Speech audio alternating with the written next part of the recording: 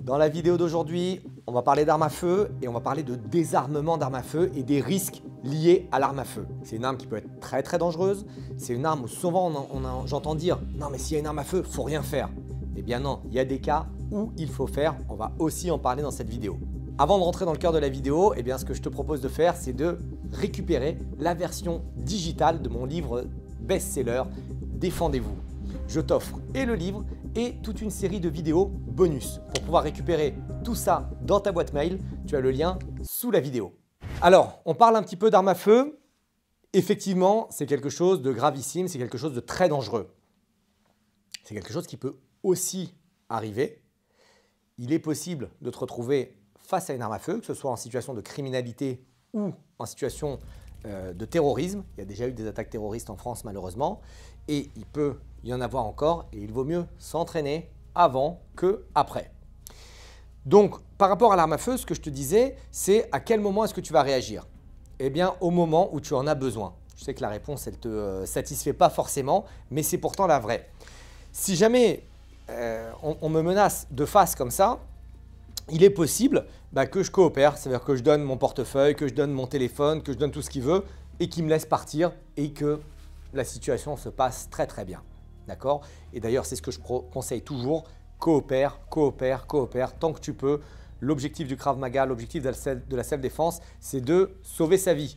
Donc si je peux donner mon portefeuille ou donner mon téléphone, c'est que du matériel, je lui donne les clés de voiture, je lui donne tout ce qu'il veut, je lui donne la maison, il n'y a pas de problème.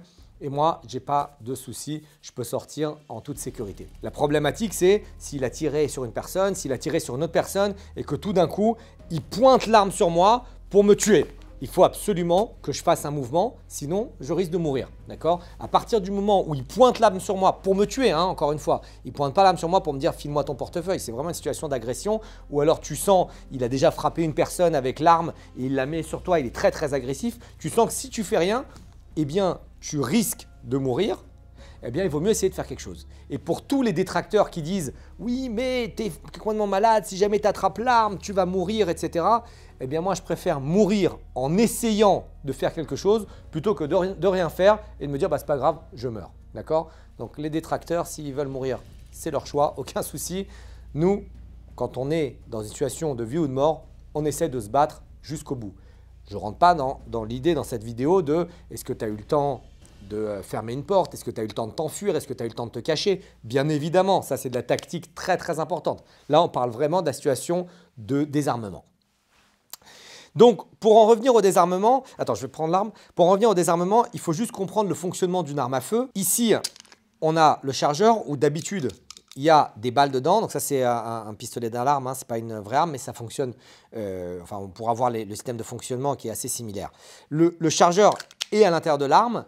À partir du moment où le chargeur est à l'intérieur de l'arme, il faut armer la culasse en arrière. Et tu vois, ici, c'est le chargeur. Donc, une balle va pouvoir rentrer dedans et la culasse va revenir en avant et l'arme va être chargée. Ça veut dire que la personne qui a une arme à feu est obligée de faire ce mouvement, ou de faire ce mouvement pour mettre une balle dans le pistolet.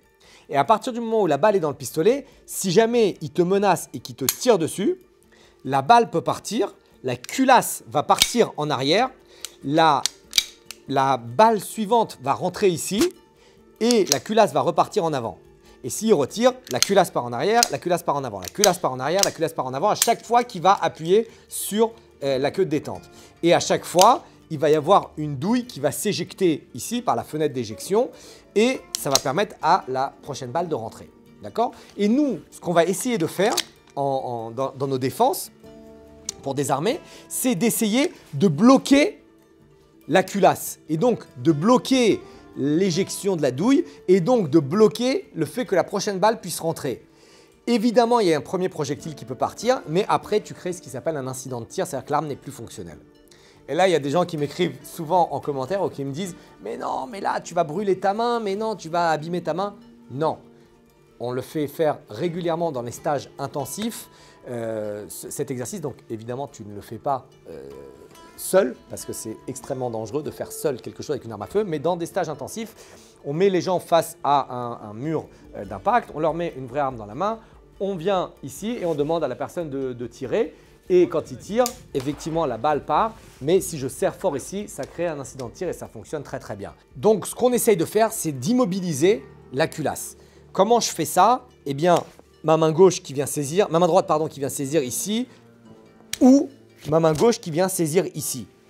Et une fois que j'ai saisi et qu'il a tiré ou pas, je peux percuter et après venir saisir à deux mains pour pivoter l'arme vers lui et récupérer l'arme. Donc en fait, ça va fonctionner comme un désarmement. En démonstration, j'avais fait quand il est derrière moi. D'accord, il est derrière moi. J'ai dévié l'arme, j'ai percuté. Donc là, pour l'instant, il n'y a toujours pas de contrôle de l'arme. Mais la percussion, elle va faire en sorte qu'il commence à se calmer un petit peu. Une deuxième percussion fait en sorte qu'il relâche un peu la tension aussi ici. Et là, ce qu'on va faire, c'est saisir encore l'arme. Okay, donc tu vois que je saisis toujours l'arme plus la culasse, pivoter l'arme et pousser l'arme dans le sens des doigts. Donc tu vois qu'à chaque fois, je contrôle et la partie basse de l'arme et la culasse pour bloquer l'arme et pour faire en sorte que la douille ne puisse pas s'éjecter et créer ce fameux incident de tir. Une fois que j'ai récupéré l'arme, attention parce que normalement, s'il a tiré, l'arme elle n'est pas fonctionnelle. Donc moi, je fais très très attention à cette arme. Je ne vais pas l'utiliser bien évidemment, sauf si je suis en état de légitime défense. Mais encore une fois, n'oublie pas que l'arme n'est pas fonctionnelle. Je peux l'utiliser pour frapper avec, comme si c'était un outil, une lampe tactique ou un marteau ou un objet. Mais il faut faire bien attention et à sa sécurité à soi. Ça veut dire de ne pas faire ce genre de choses. Tu vois, l'arme, elle est visée vers moi. Et à la sécurité entre guillemets de la personne qui t'agresse, parce que si tu l'as désarmé, s'il ne représente plus de danger et que maintenant tu lui tires dessus et qu'il prend une balle, bah c'est un peu toi l'agresseur. D'accord? Je sais, c'est mal foutu, mais c'est la légitime défense. Voilà, c'est tout ce que je voulais te dire pendant cette vidéo. C'est surtout une vidéo de sensibilisation à l'arme à feu, mais c'est aussi pour que tu comprennes comment est-ce qu'on désarme quelqu'un, comment ça fonctionne.